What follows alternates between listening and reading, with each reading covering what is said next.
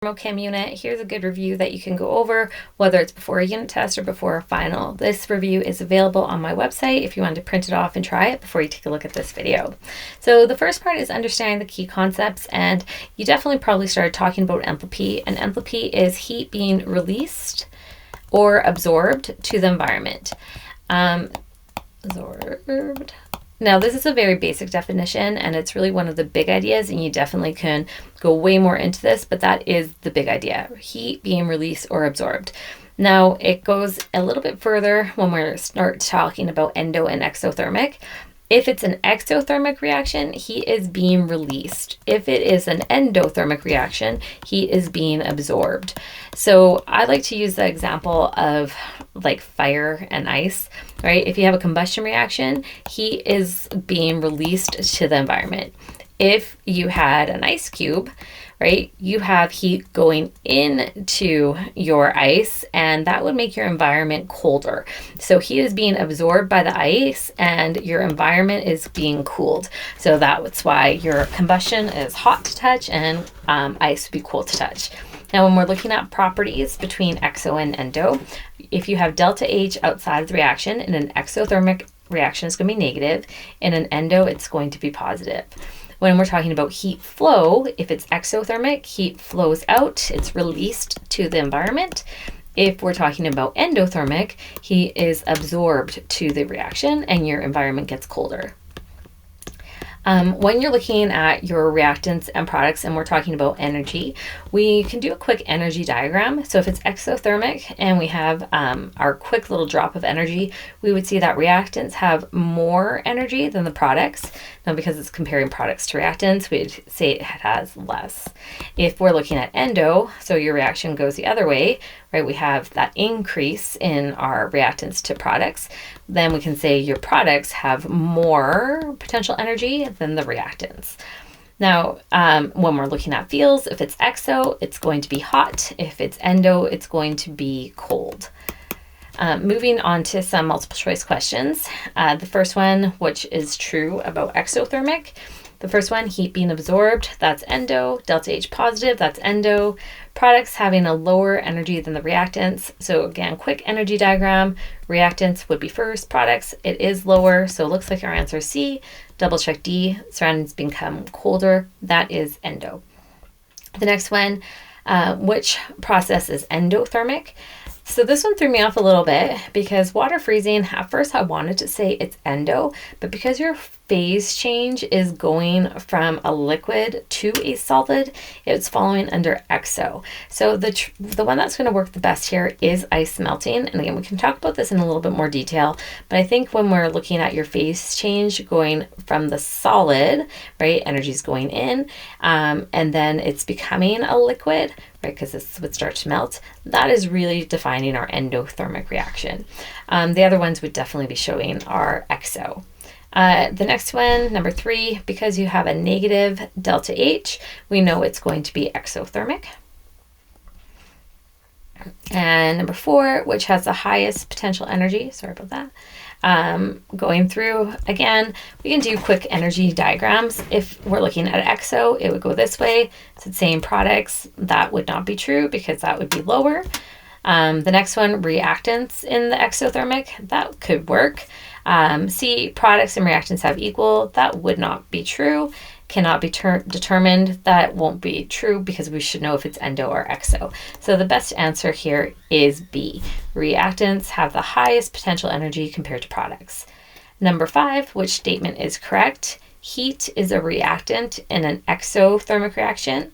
That is not true. Heat would be on the product side. Heat is a product in an exothermic reaction. That is true. Delta H is always positive. That always is not true. It's sometimes positive if it's endothermic. And D, heat never changes during reactions. Well, we know that's not true because heat's absorbed or released. This next part, we're starting to look at some calculations. The first part, I believe, is just giving us some Q calculations. So if you're heating or cooling a substance, we're not looking at calorimetry, which is one of our other major formulas of this unit. We are just looking at Q equals MC delta T. And looking at this, your Q is in joules, Your mass is in grams, your C is your specific heat capacity, joules per gram degree Celsius, and your delta T is your change in temperature.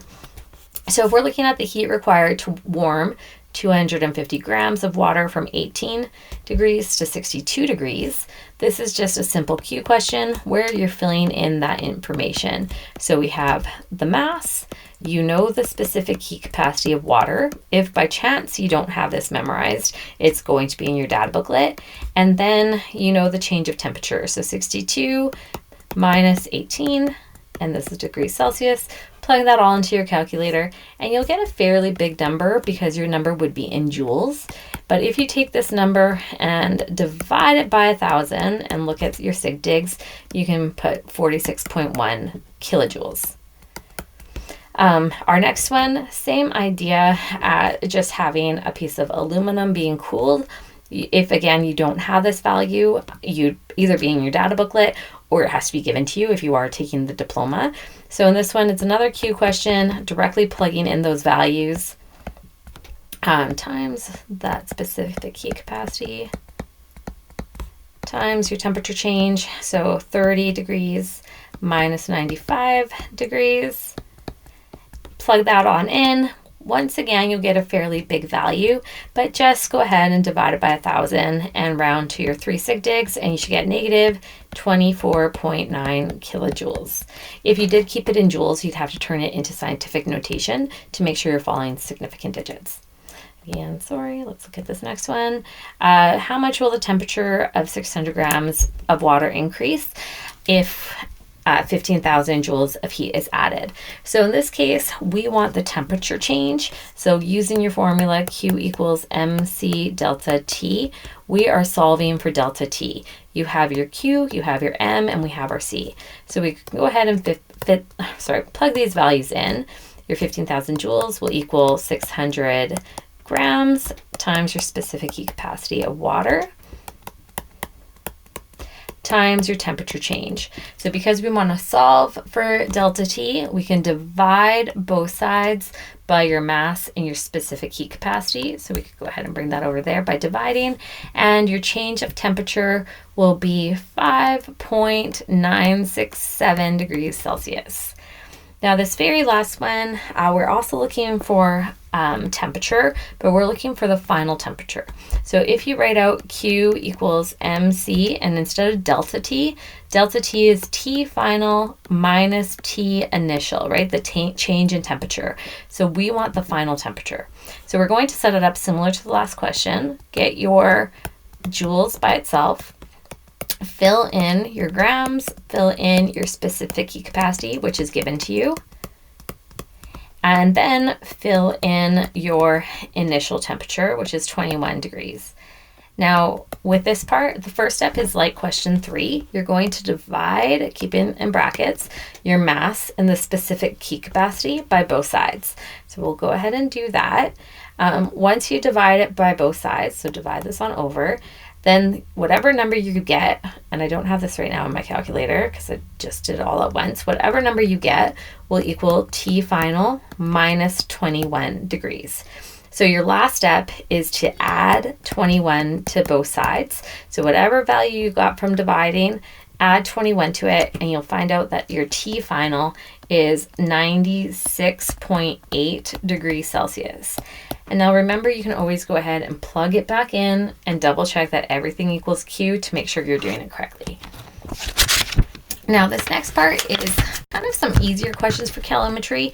There is a harder one when we look at the written, but this one's asking about a student burning a food sample. So this, if it's calorimetry, your major formula is NH equals negative MC delta T.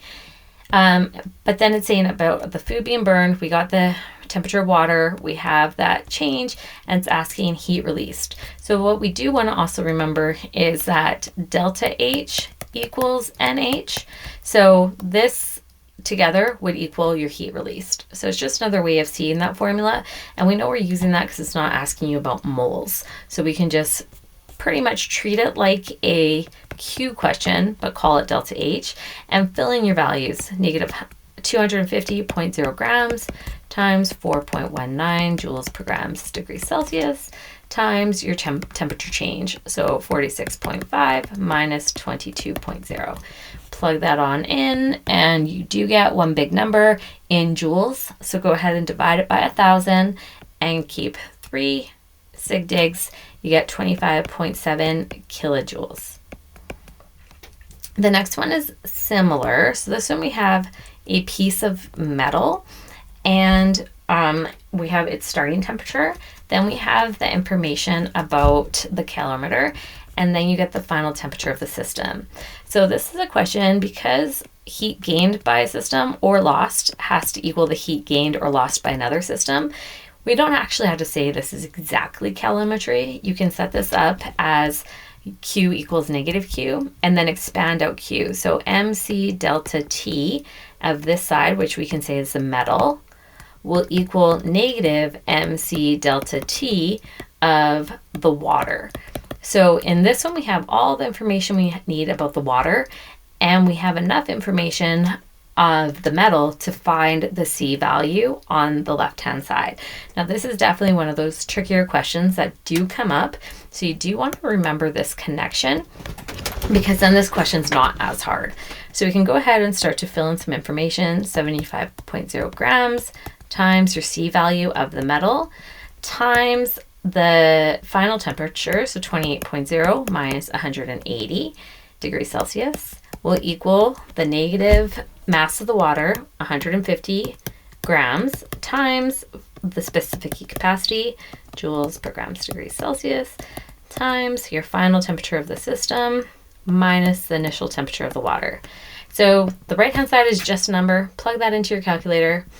The left-hand side, divide by your mass and your change of temperature, so that C is alone.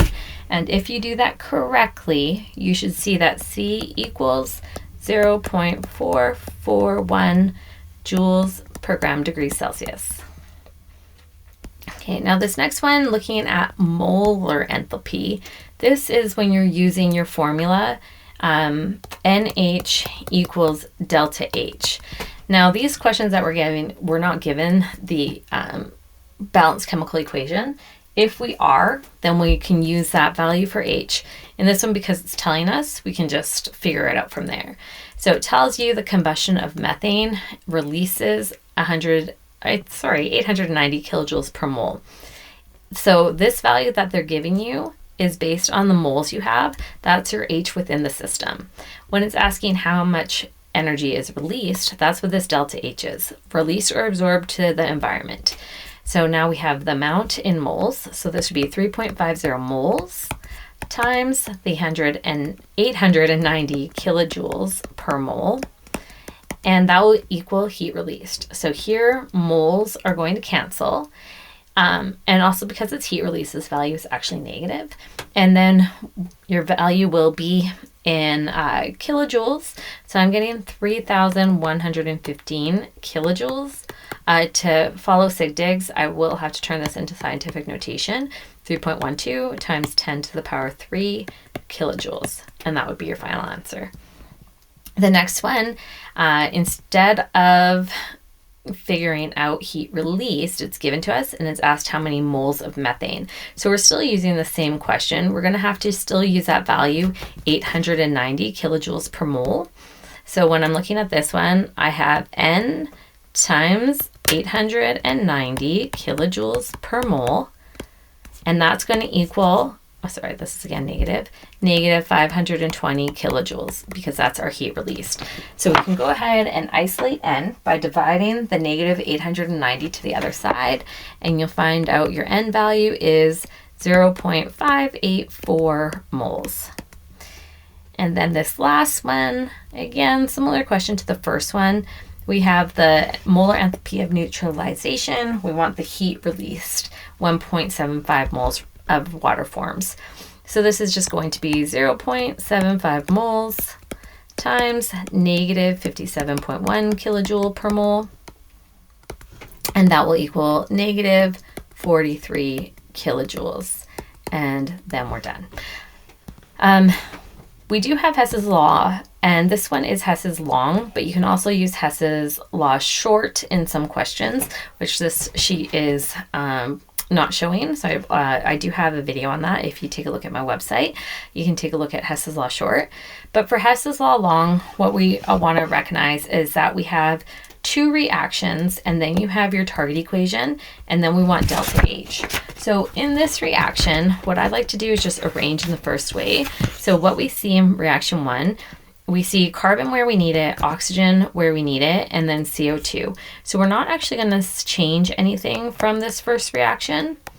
So I'm just writing it down exactly how it is. And then your delta H was negative 394 kilojoules.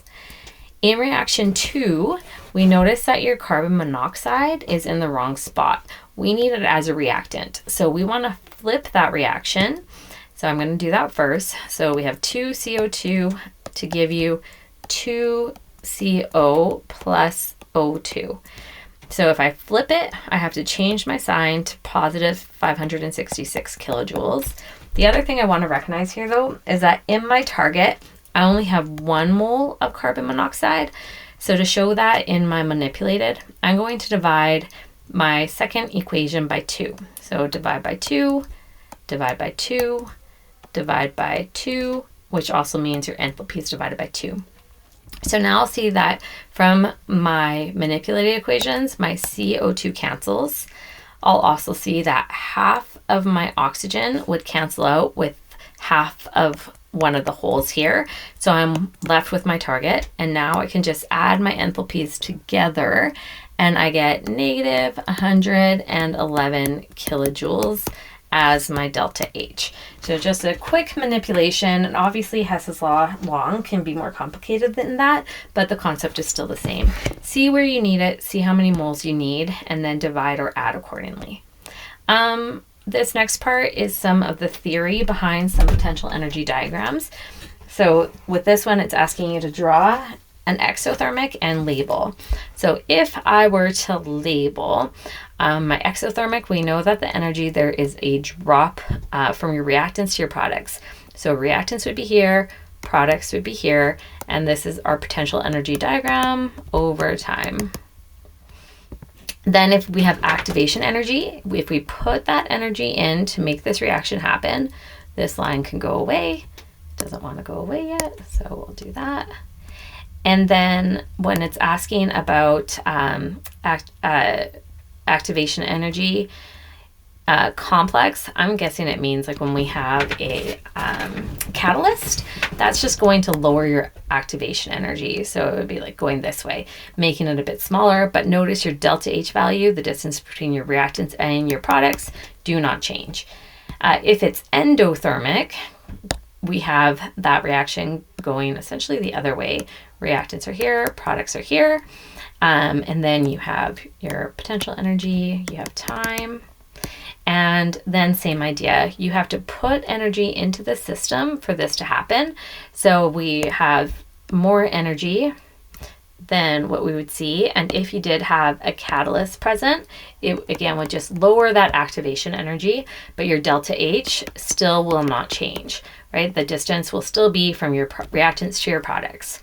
So this last one, explain why catalysts increase reaction rate but do not change delta H. And that's just because it's giving it a faster pathway, right? It's bringing those molecules together faster, but it's not changing the amount of energy released or absorbed by the environment. So giving it a faster or an alternate pathway. And then this very last one, going through for short answer, I believe I have a little bit more here. Yeah. Why is delta H negative for combustion? Well, combustion reactions are exothermic, and exothermic are always going to be negative. Number 2, why does ice melt even though melting is endothermic? So we kind of talked about this a little bit. If you have a piece of ice, it is taking energy from the environment to melt it. So energy is going in, so heat is flowing into the reaction. So that means it's leaving the environment, and that's what's making the environment feel cold. So that's why it's still endothermic.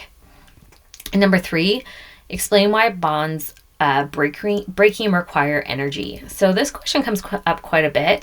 I don't know why, but it seems like people think bonds breaking is exothermic.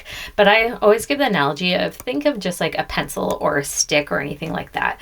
If you want to break this stick, you have to put energy in, right? And putting energy in to breaking this apart is going to be endothermic. Your stick or pencil or bond has to absorb energy for that to happen. And then number 4, why are catalysts important in an industry?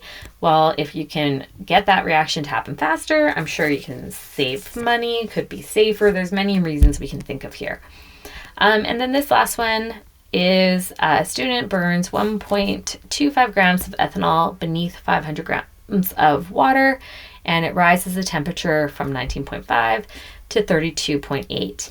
So the first question is to calculate the heat absorbed by the water. So this is kind of like the same idea of that Q equals negative Q question, but we can also think of the part that if you're just looking about the water, this will just be negative MC delta T. And if it's about the water, we want the information about the water. So the mass of the water, specific heat capacity of the water, and the temperature change. So 32.8 minus 19.5. So you'll go ahead and plug that into your calculator. And the value I'm getting is going to be negative 27863.5 joules. Obviously I could divide this by 1,000. I can move my decimal over just to satisfy sig digs, but we'll just move on from here for a moment. Our next question is calculate the heat released by ethanol. So this is a bit of a theory question, right? The heat released has to equal the heat gained. So if this is exothermic with this value, then ethanol had to have released that heat. So I'd say that would be positive 27863.5. That was what's released for the water to gain. So this is question 1. This would be number 2. Now determine the molar enthalpy of combustion. Now you're using that NH equals negative MC delta T. Now the reason why I didn't change this yet is because we've already figured out the right-hand side. This side is all about water. We know that water is negative 27863.5 joules. What we need to still find out is the H value. That's what we're solving for. And then we need moles of ethanol. So we'll take that 1.25 grams and multiply it by the molar mass of ethanol, which is 46.08 grams. So that will cancel, isolate H, and you will find out your H value is fairly large, so you can divide it by 1,000 to get it into kilograms, or kilojoules, sorry. And then again, we'll have to still put it in scientific notation just because it's not following your sig digs. So negative 1.03 times 10 to the power 3 kilojoules would be the answer for number 3. And then with number 4, compare your value with the accepted value and suggest 2 sources of error. So here, what you could do is talk about your assumptions. So maybe some heat was lost to the environment and it was not an isolated system. You could also talk about errors that could have happened within the experiment. So I hope you found this helpful. If you did, please subscribe. Check out my website. There's lots of videos it's more organized to see what exactly you might need help in. As always, thank you for watching.